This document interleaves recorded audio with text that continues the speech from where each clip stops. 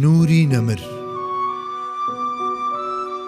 بەرجی پێنجەم نووسینی مامۆستا محەممەد فەتحوڵڵا گولەن.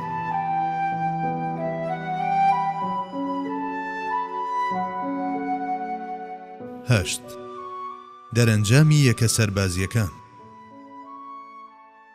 ئەلف باڵادەستی لە ناوچەکەدا.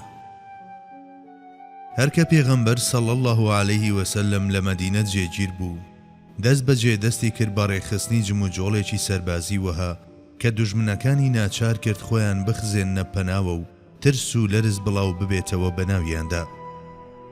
لە ئاکامی ئەمەشدا سەرچاوە ئابوووریەکانیان کەوتە مەترسیەوە و تووشی چەندەها قەیرانی دارایی بوون. لەو ڕێگەیەشەوە سەروەرمان پێشاتەکانی ئاراستەی بەدری مەزن دەکرد. لەو میانەشدا تۆڕێکی هەواڵگری فراوانی ڕێخست. قوڕەیشەکان ئەوەندە پەشۆکا بوون، تەنانەت ترسی ئەوەیان هەبوو پێغەمبەر درودی خوای لەسەر بێ بزانێ لە ناو ماڵەکانیاندا چی دەگوزارێت. ئەو بابەتەی بووبووە مقۆمقۆی هەموو جێیەک ئەمە بوو.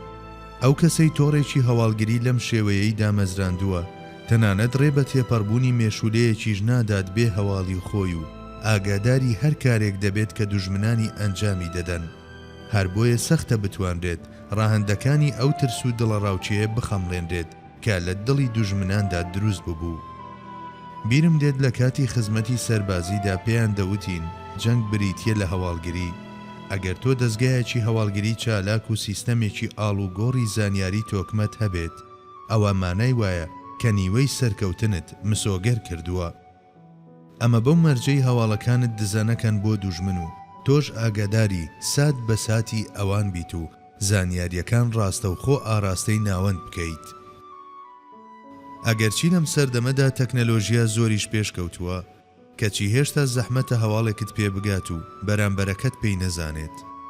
ئەمە لە کاتێکدا پێغەمبەر صلی الله عليه وسلم توانی لەو هەلومەرجە سەرەتاییەدا تۆڕێکی تۆکمەی وەها دابمەزرێنێت کە لە توانایدا هەبێت بە خێراییەکی لە ڕادەبەدەر و لە کەشێکی پڕ متمانە و ئارامدا یەک بەیەکی هەواڵەکانی پێبگات، وەک چۆن لە ڕێگەی فریشتەیەکی پایە بەرزی ئەمینی وەک حەزرەتی جوبرائیلەوە بەو پەڕی پارێزراوی و متمانەوە نیگای خوایی بۆ دەهات. تۆڕە هەواڵگریەکەیشی با هەمان متمانە و ئەمانەتەوە کاری دەکرد. کۆمەڵە سەرکردەیەکەن کە خۆر ئاوا بە بلیمەت و هەڵکەوتویان دادەنێت. لە نمونەی ئەوانە قەیسەر، هانیباڵ، ناپلیۆن و هیتلەر. بەڵام مێژوو گەواهیدەری ئەو ڕاستیەیە کە هیچ کام لەوانە لە بواری هەواڵگریدا نەگەیشتونەتەوە بە ئاستی پێغەمبەری خاوەن فەتانەتی مەزن صلی الله عليه وسلم. بەسەرهاتێک شک نابین تێیدا باسی دزەکردنی هەواڵێکی پێغەمبەر صلی الله عليه وسلم بکات بۆ نەیارەکانی. ئەجینا چۆن دەیتوانی بە مشتێک باوەڕدارەوە بەسەر ئەو هەموو خوانە ناسەدا سەر بکەوێت. لە نێوەندی بازنەی هۆکارەکاندا چاودێری و سەرخستنی خوایی پایەیەکی بنەڕەتی، کارزانی و وریایی پێک دەهێنن.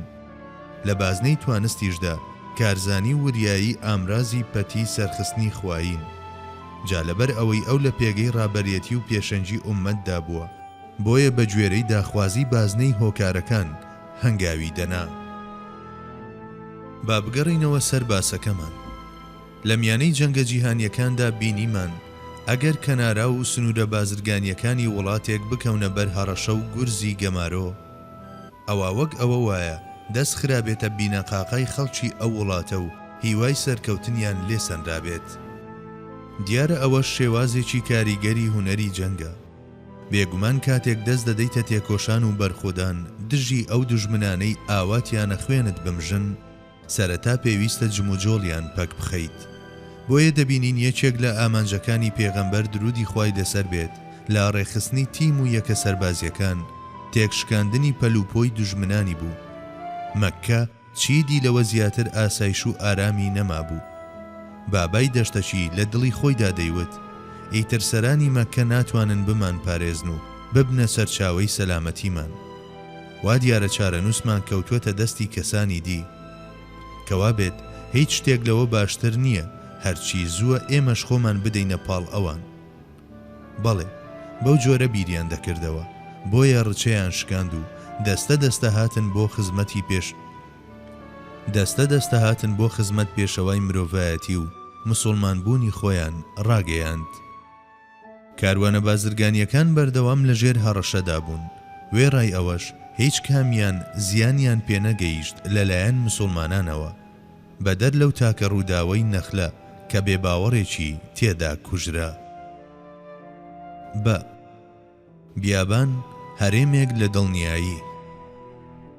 لەگەڵ ناردنی یەکەکاندا پێغەمبەری خوا صلی الله علیه وسلم کەوتە چنینەوەی بەرهەمی پلانە استراتیژیەکانی. ئەوە تا ئێستا دەسەڵاتێکی نوێ لە نیمچە دوورگەی عەرەبیدا دەرکەوتووە و بوون و کیانی خۆی سەلماندووە. لە بەرامبەر پاوەندخوازی و زۆرداری قوڕەیشدا حەزرەتی محەممەد درودی خوای لەسەر بێ و کۆمەڵەکەی وەستابوونەوە. سەرباری بەزاندنی دز و جەردە و ئەوانەی هێز مەستی کردبوون، کەچی ئەوان هیچ کات هێز و دەسەڵاتی خۆیان نەکردە ئامرازی زوڵم و زۆرداری. لە کاتێکدا بەرەی بەرامبەر پشت ئەستور بە هێز و دەسەڵاتیان مافی لاوازیان زەوت دەکرد و شەوکوتیان دەکردە سەر ماڵی خەڵکو و بێپشتیوانانیان دەچەوساندەوە.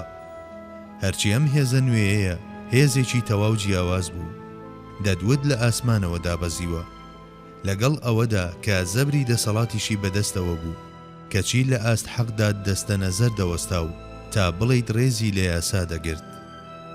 بەڵێ لە مێژووی مرۆڤایەتیدا حەق یەکەم جاری بوو ئەو هەموو ڕێزە بەخۆیەوە ببینێت. ئەویش لە سەردەستی مامۆستای مرۆڤایەتی هاتەدی، کەچی ئەوانی دی هەر ڕۆژە و یاسایەکیان دادەنا کە لەگەڵ بەرژەوەندی خۆیاندا بگونجایە و بە جۆرێکیش نمایشیان دەکرد، دەدوت هەر خۆیان نوێنەری یاسان. لەولاشەوە حەزرەتی محەممەد صلی الله علیه وسلم هەردەم بەڕێزەوە مامەڵەی لەگەڵ سەروەری ئەو یاسا و ڕێسایانەدا دەکرد کە خواوەند داینابوون و پەنجەی بۆ بچووکترین یاساخ درێژ نەدەکرد. بیابان نشینان سەرجەم ئەو دیمەنانەیان بە چاوی خۆیان دەدی. یەکە سەربازیەکان بە بەردەم دەواازەکاندا دەهاتن و دەچوون، بەڵام بە هیچ کلۆجێک بیریان لەوە نەدەکردەوە دەست درێژی بکەنە سەر ناموس و موڵکی ئەو خەڵکە. لە ڕاستیدا ئامانجی مامۆستای مرۆڤایەتی صلی الله علیه وسلم ئەوە بوو خەڵکی ئەوە ببینن. بۆیە وردە وردە متمانە مەککەی جێدەهێشت و ڕووی لە مەدینە دەکرد و لە ئاسۆی مسلماناندا هەڵدەهات. ئاخر چونکە متمانە پێکراو لەوێ بوو، متمانە پێکراو ئەو ئەمینە بوو کە خەڵکی مەککە قەدریان نەزانی و سەرفرازی پەسنی محەممەد ڕەسوول الله صادق الوعد الئەمین بوو. هەنووکەش ئەو صلی الله علیه وسلم تەشریفی وا لە مەدینە. ئێمە دەزانین کە متمانە لای کەسی متمانە پێکراوە. خێڵ و هۆزە دەشتەچیەکان وەها بیریان دەکردەوە، بۆیە دەستیاندایە ڕۆیشتن بەرەو مەدینە. بەتایبەت لەو دواییەدا قوڕەیش بە جارێک پەچی کەوتبوو لەو ئاستەدا نەمابوو ببێتە جێی متمانە. نەکەر ئەوە بەگرە دەستەوەستان بوو لە دابینکردنی ئاسایشی کاروانەکانی خۆی. ئەمەش ڕاستەوخۆ لە بەریە کەڵوەشان و ترازانی لە ڕیزی بێباوەڕاندا لێ دەکەوتەوە. سەردارانی مەکەش بە بینینی ئەو دیمەنانە ئەوەندەی تر ڕق ئەستور دەبوون و تووڕەیان تاوی دەسەند.